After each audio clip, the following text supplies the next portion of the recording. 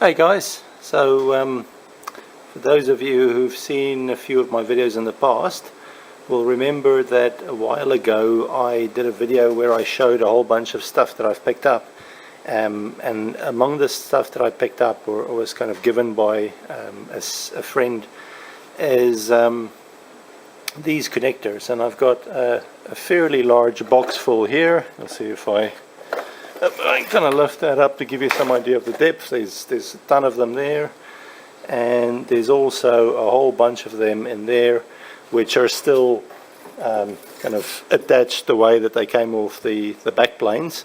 And these are all very nice wire wrap connectors, so they're fully plated gold pins. And I did a little bit of a test on the pins from these guys a while ago, and they are worth about, I think it was about 3.5 grams per kilogram for those pins. And how that basically works out is that each one of these connectors has roughly just under 2 New Zealand dollars worth of gold, which is, I think it's about $1.20 US or something like that. So an incredible amount of gold per connector. But pretty much the reason why I was given them is it's a huge pain in the ass to try and separate the pins from the plastic to be able to process these guys. And so yeah, that's what we're going to be dealing with today. So about $2 New Zealand per connector. You really don't want to be earning less than about $50 per hour if you're going to be doing this, which means you need to be able to take apart about 25 of those connectors in an hour to come anywhere close to making this worthwhile. And obviously I tried a whole bunch of different solutions. I tried kind of splitting them through the middle and trying to pull the pins out. That didn't really work so well. I tried lightly hammering on the back of the pins to try and poke them through. Semi-successful, but also not that well. And then eventually I gave up and did something that I've been wanting to do for a long time, and that is build one of those guys.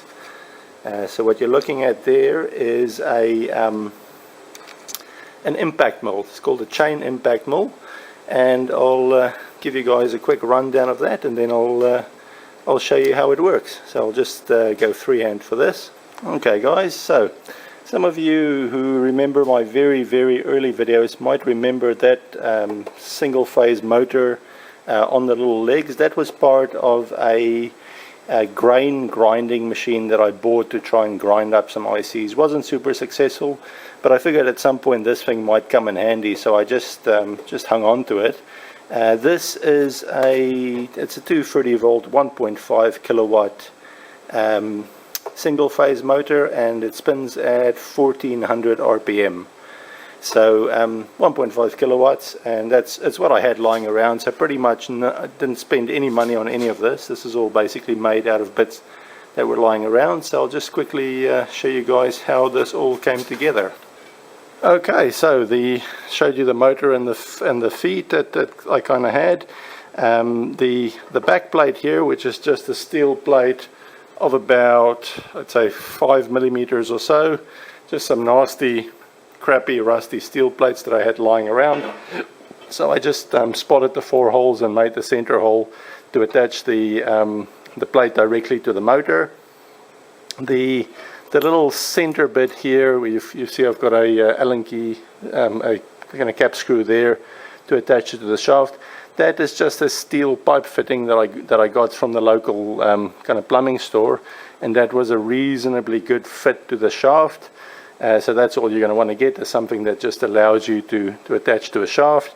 And then I just welded a couple of little wings to the end of this. Let me zoom in on that bit a little bit so you guys can see what I'm talking about. Okay, that's better. So I've got a couple of little wings welded to that pipe fitting. The pipe fitting goes into the keyway of the shaft using a little screw to hold it in place, and then I've just got a couple of these little shackles and some chain, which is basically just what I had lying around, so didn't have to purchase anything apart from the pipe fitting for that. If we zoom out a little bit, obviously when you're doing something like this, you're going to need a round bit of steel. And those of you that have seen a lot of my past contraptions will know that I always like working with old 9 kilogram gas bottles. I'm not sure what that works out to be in the US, probably like a, I don't know, 21 pound or 20 pound or something gas bottle. So that has a diameter of about 320 millimeters, which ended up being what felt like it would be a reasonably nice size for a machine like this. And so what I did is I just took the back plate, obviously used an angle grinder to cut a little strip out of the gas cylinder, and just welded it all along the inside to kind of create a seal on that side. And then up here I stopped welding there, cut through the gas cylinder, and then just bent it up to make an inlet. So I knew that this motor, when it's running, turns counterclockwise like that, so that was fine. So you want to put the inlet here so it has a tendency to grab stuff and move it around, rather than if it was going that way it would have a tendency to try and throw stuff out of the hole. That wasn't super successful, but I'll show you how I dealt with that a bit later on. While we're there, just to create a seal to the other plate that goes on the front, I've just got some aquarium tube, just some silicone tube that I split open with a knife, and I've just put that over there for a seal. Okay, if we focus in on the bottom there, you'll see what I've got is a little mesh that it's just another piece of the gas cylinder that I cut out, and there's a screw there and a screw there that holds it in, and I literally just spent half an hour drilling the holes for that. It was fairly easy. I just printed out onto some sticker paper a grid with the spacing that I wanted. Currently that has 3mm holes, which it's about 1/8 of an inch, so it's got a whole bunch of 3mm holes, but also moderately successful. And then you guys might be able to see what I've had to add here. If you zoom out a little bit, is I've just got a couple of bits of rubber that is just attached to the sides of this with magnets. What I found is that little bits would still shoot out sideways even when I had a bucket wedged under there to catch all the bits. And then I've got just a whole bunch of bolts sticking through like this. So I stuck them through, did them up with the other plate, and then just welded the back of them to make sure they stayed in place. And so what we can do then is we just take that bit and just kind of put it over like that. And then what I initially did is I just used wing nuts to do up the 5 bolts, and that worked fairly well, but it was quite slow to deal with. So every time you wanted to open the thing up, you had to undo all those wing nuts. And so what I eventually figured out was just using a whole bunch of quick clamps to clamp these 2 bits together. Worked just fine. Now, I said before, so this hole at the top, even though things tend to go in and get spun around, it ended up not working that well. So what I did there is I took a bit of pipe like this, not sure what the diameter is, quite a big diameter, it's probably about 2 inches diameter, and I just hammered the one side that it's roughly rectangular, so it would fit inside that hole up the top left there, and then basically just jammed it in there like so, nothing too complicated. Put some bubble wrap around there, put some tape around the bubble wrap, and because of the length of that pipe, if I throw things in the top, there's very little that wants to work its way out. So I think that covers pretty much everything. The only other thing that I've got, which is a bit of a giveaway here, is I've got a bucket of material.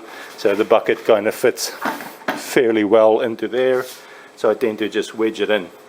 So let me quickly assemble all of this, and then I'll show you guys what happens when it's running.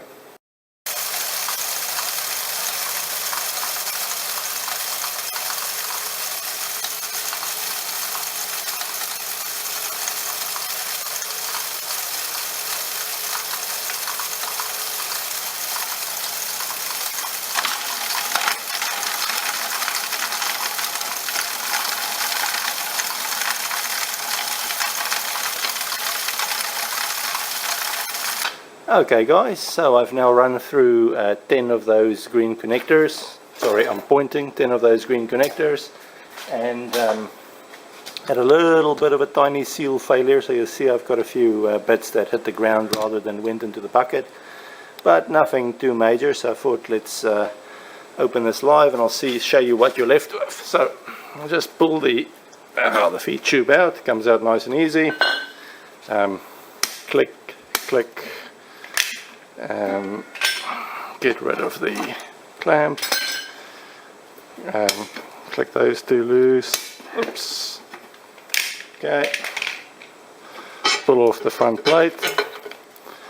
There's a few bits still falling in, but essentially all that's left inside from 10 connectors is that stuff there. Let me just zoom in for you so you guys can see. Nothing too exciting there. So there's a few loose pins and things. There's quite a lot of those little there it is, like little round things like that. What they are the they're the bits on the ends of the connector right there. So it's not focusing rather, so they're little metal inserts. So no problem, but as you can see, all of the pins liberated from the plastic. Most of the stuff went through the holes. The vacuum cleaner does a reasonable job of keeping the dust down in the workshop, and so yeah, let's just get the worst of it out of that. So yeah, that's what I got up to this weekend. Nice and productive. Feel like I've achieved something. This all took about a day or so to build, so nothing too extreme. Just a bit of angle grinding and welding. So the next step for me is probably taking this material now. I zoomed out. Yep, taking this material and just finding a nice convenient way to separate the pins from the plastic. I suspect probably just almost panning is going to work fine. Like the plastic's going to be heaps lighter than the metal pins, so it should be fairly easy to actually separate these two.